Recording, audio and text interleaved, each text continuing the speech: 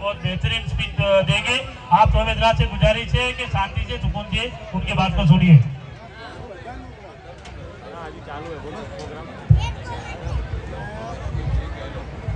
अस्सलाम वालेकुम वरहमतुल्लाहि वबरकातुहू।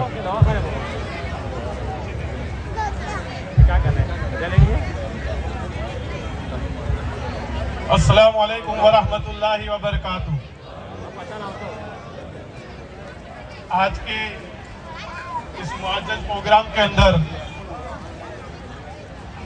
दावत के ऊपर आने वाले मेहमान खुसूसी यूसुफ भाई परमार साहब, उनके साथी दोस्त इसाक भाई और मंच के ऊपर बैठे हुए सीनियर एडवोकेट सैयद गुलरेज भाई,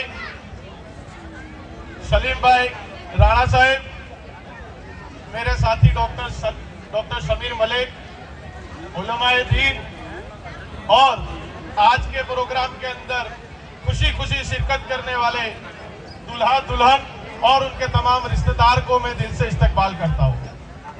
अल्हम्दुलिल्लाह, पहले मेरे भाई मतीन भाई ने बताया कि आज ये बड़ा खुशी का दिन है कि आप अल्लाह के रसूल सल्लल्लाहु अलैहि वसल्लम की सुन्नत जिंदा करने के लिए आज इकट्ठे हुए हो। तो इससे बड़ी कोई खुशी की बात नहीं होगी कि जिस पंडाल के अंदर अल्लाह के रसूल सल्लल्लाहु अलैहि वसल्लम की सुन्नत जिंदा की जाए। तो ये सबसे बड़ा खुशी का दिन है कि आज अल्लाह के हबीब सल्लल्लाहु अलैहि वसल्लम की सुन्नत जिंदा की जा रही है। मगर पिछले कई दिनों से, कई सालों से, कई वक्त से देखा जा रहा है कि शादियां लोगों की मेहनत से, लोगों के दिए हुए इमदाद से, लोगों के कमाई हुए पैसों देते हैं और ऐसे फंक्शन के अंदर बहुत सारे लोग शादी के रिश्ते के अंदर जुड़ जाते हैं। मगर जब जायजा लिया जाए तब पता चलता है 2 साल के बाद छोटी सी बात के ऊपर अनबन हो गई और रिश्ता खत्म कर दिया। 5 साल के बाद छोटी सी बात पर अनबन हो गई और रिश्ता खत्म कर दिया। तो ये बड़ी दुख की बात है कि आप लोगों के लिए लोग अपने मेहनत पसीने की कमाई लगाते हैं और वो रिश्ते को दुनिया में आकर मिलाते हैं जो रिश्ता रब आसमान के ऊपर बनाता है।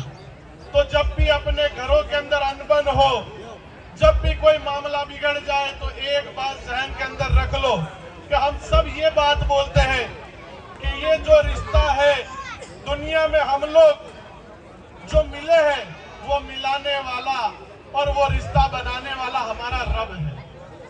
वो रब ने रिश्ता बनाया है और जो रब बनाता है उसके अंदर कभी कमी नहीं होती। गलती हमारी है कि हम एक दूसरे को समझ नहीं सकते, वरना हम एक दूसरे के लायक थे जब हमें अल्लाह ताला ने आसमान के ऊपर रिश्ता बनाया और दुनिया के अंदर आकर अल्लाह ताला ने हमें मिलाया। तो ये बड़े फख्र की बात है कि अल्हम्दुलिल्लाह ऐसे साथियों की मेहनत की वजह से हमारे लिए ये शादी आसान हो गई और एक मंच के ऊपर आज 10 से 12 लोग शादी के रिश्ते के अंदर जुड़ रहे हैं। तो हमारी भी फर्ज बनती है कि मोहब्बत से इस रिश्ते को निभाना है और मौत तक इस रिश्ते को चलाना है और दुआ अल्लाह से करनी है कि अल्लाह तूने दुनिया में मिलाया है, अल्लाह तू जन्नत में भी हमें मिलाना है। उसके साथ साथ एक खुशी की बात यह भी है कि आज इस पंडाल के अंदर, इस मंडप के अंदर गवर्नमेंट के अंदर जो लोग सिलेक्ट हुए हैं, गवर्नमेंट के अंदर जो लोग खिदमत दे रहे हैं और जो बच्चे 10वीं 12वीं के अंदर 70% 70% से ज्यादा फर्स्ट क्लास लेकर पास हुए, उन लोगों को भी आज सम्मानित किया जा रहा है। तो ये बड़ी गर्व की और फख्र की बात है कि आज ऐसे बच्चे को हमारे यहाँ से सम्मानित किया जाएगा। उन लोगों को सर्टिफिकेट दिया जाएगा कि जिन लोगों ने 70% से ज्यादा मार्क्स दिए और ये हमारा मुस्तकबिल है, ये सम्मान के काबिल है और हमें उन लोगों का सम्मान भी करना, ये भी बड़ी फख्र की बात है।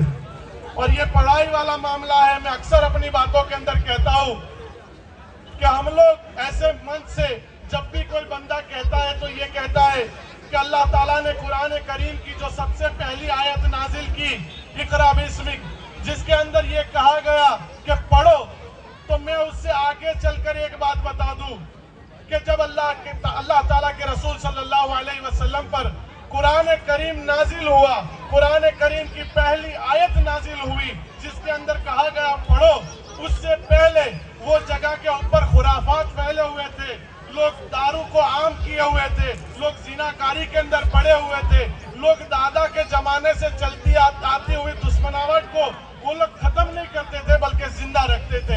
अपने घर के ऊपर बेटी पैदा होती थी तो बेटी को जिंदा दरगोर यानी जमीन के अंदर दाट देते थे, दफन कर देते थे। ऐसे वक्त के अंदर अल्लाह ताला ने अपने लाडले रसूल पर कुरान नाजिल किया तो कुरान के अंदर सबसे पहले ये बात नहीं बताई कि दारू को हटा दो, जीना को खत्म कर दो, अपनी बेटियों को दफन करना बंद करो। उस वक्त खुराफात फैले हुए थे, मगर सबसे पहली जो आयत दाखिल हुई, जो नाजिल हुई, वो ये थी इक़रा बिस्मिक पढ़ो, क्योंकि इसी के अंदर सारे फितनों को खत्म करने की ताकत है।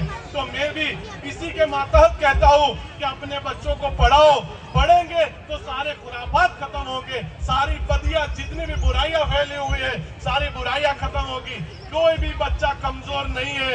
आपके घर के अंदर बच्चा पैदा हुआ है, हर बच्चा ताकत वाला है, हर बच्चे के अंदर हुनर है, कोई बच्चा कमजोर नहीं है। ये मत सोचो कि मेरा बच्चा नहीं पढ़ेगा। आज इस समूह लगन के अंदर बच्चों को सम्मानित करने का प्रोग्राम भी है। इसकी वजह से मैं एजुकेशन के रिलेटेड भी बात करता हूँ कि आपके बच्चे कमजोर नहीं है, आपके बच्चों के अंदर अल्लाह ताला ने बहुत बेहतरीन जहन रखा हुआ है, बस आपको बच्चों को समझना है। मैं एक छोटी बात समझाकर अपनी बात को खत्म करूं कि हमारे इस दुनिया के अंदर ऑस्ट्रेलिया के मेलबोर्न के अंदर 1982 के अंदर 1982 के अंदर एक बच्चा पैदा होता है, निक वेजिस जिसका नाम है।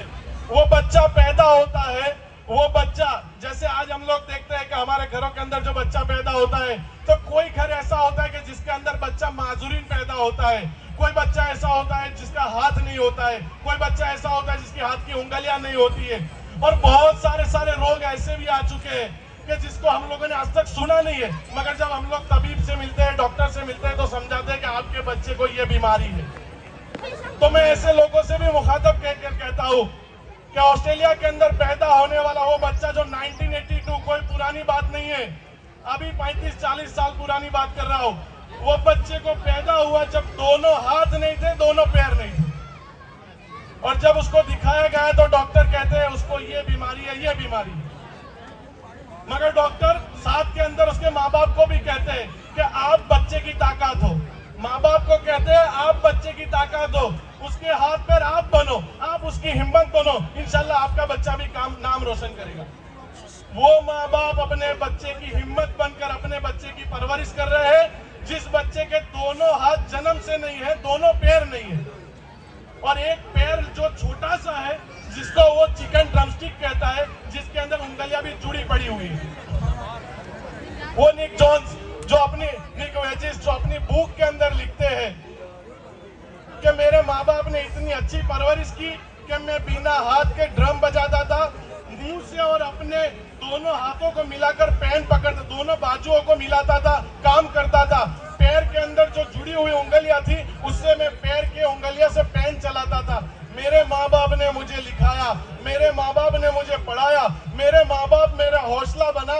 जब 16 साल की उम्र के अंदर स्टेज के ऊपर जब पहली बार उनको खड़ा किया गया तो पैर और हाथ न होने की वजह से स्टेज के ऊपर जब सामने बहुत सारा मजमा बैठा हुआ है, कई बार वो गिर गए, निक वेजिस कई बार गिरे हैं। लोग सहारा देते हैं, मुझे सहारा मत दो, मुझे मेरे माँ बाप ने सहारा देकर अब तैयार कर दिया है। अपने मुंह और सर के बल से स्टेज के ऊपर खड़े होते हैं और उसके बाद कहते हैं कि आप लोगों ने मुझे गिरते देखा, आप लोगों ने मुझे गिरते देखा। और जब वो बार बार गिर रहे थे तो लोगों को खौफ पैदा हो गया कि अब ये बोल नहीं पाएंगे, अब ये स्पीच नहीं देंगे, अब ये हम लोगों को मोटिवेट नहीं करेंगे। लोग जब हिम्मत हार गए, अपनी नजरें झुका दी, तब वो बंदा सर के बल के ऊपर खड़ा होता है और बड़ी ताकत से खड़े होकर सबसे पहले ये कहता है कि आप लोगों ने मुझे गिरते देखा पर आप लोगों ने मुझे खड़े होते नहीं देखा। मेरा हौसला अभी बाकी है और मुझे मेरे हौसले ने खड़ा किया है। और 16 साल की उम्र के अंदर सबसे पहले स्पीच दी और बताया कि 21 साल की उम्र के अंदर अमेरिका के अंदर उनकी शादी हुई, 4 बच्चे भी हुए, और आज वो ऑस्ट्रेलिया के अंदर अपने बच्चे को अपनी मुंह के अंदर चम्मच दबाकर अपने बच्चों को खिला रहे हैं। और वो चारों बच्चों अल्हम्दुलिल्लाह एकदम सही सालिम है और वो अपना मुस्तकबिल तैयार करते हैं। जिसका हाथ नहीं था, जिसका पैर नहीं था, वो बंदा कई बुक लिख चुका है, कई बुक्स लिख चुके हैं और जिसके बुक अभी लाइब्रेरी के अंदर भी लोग पढ़ रहे हैं। तो हमारे बच्चे तो अल्हम्दुलिल्लाह आंखों से कंप्लीट है, जहन से कंप्लीट है, हाथ पैर भी अल्लाह ताला ने दिए हुए हैं। तो हमारे बच्चे क्यों नहीं कर पाएंगे? हम अपने बच्चों की ताकत बने, हम अपने बच्चों के हौसले अफजाई करें। इंशाअल्लाह अपने बच्चे भी एक न एक दिन नाम रोशन करेंगे, अपने भी बच्चे एक दिन आप लोगों को कामयाब होते हुए नजर आएंगे। और आखिर के अंदर मैं कह दूं कि पंखों से कुछ नहीं होता, पंखों से कुछ नहीं होता। अगर उड़ान होती है तो हौसलों से होती है। तो अपने हौसलों को जिंदा रखो, अपने हौसलों को बरकरार रखो। इंशाअल्लाह अल्लाह जरूर बिन जरूर आप लोगों को, हम सबको एक न एक दिन कामयाब करेगा। जय हिंद, जय भारत, अस्सलाम वालेकुम। बहुत खूब, माशाअल्लाह। असीम भाई ने कहा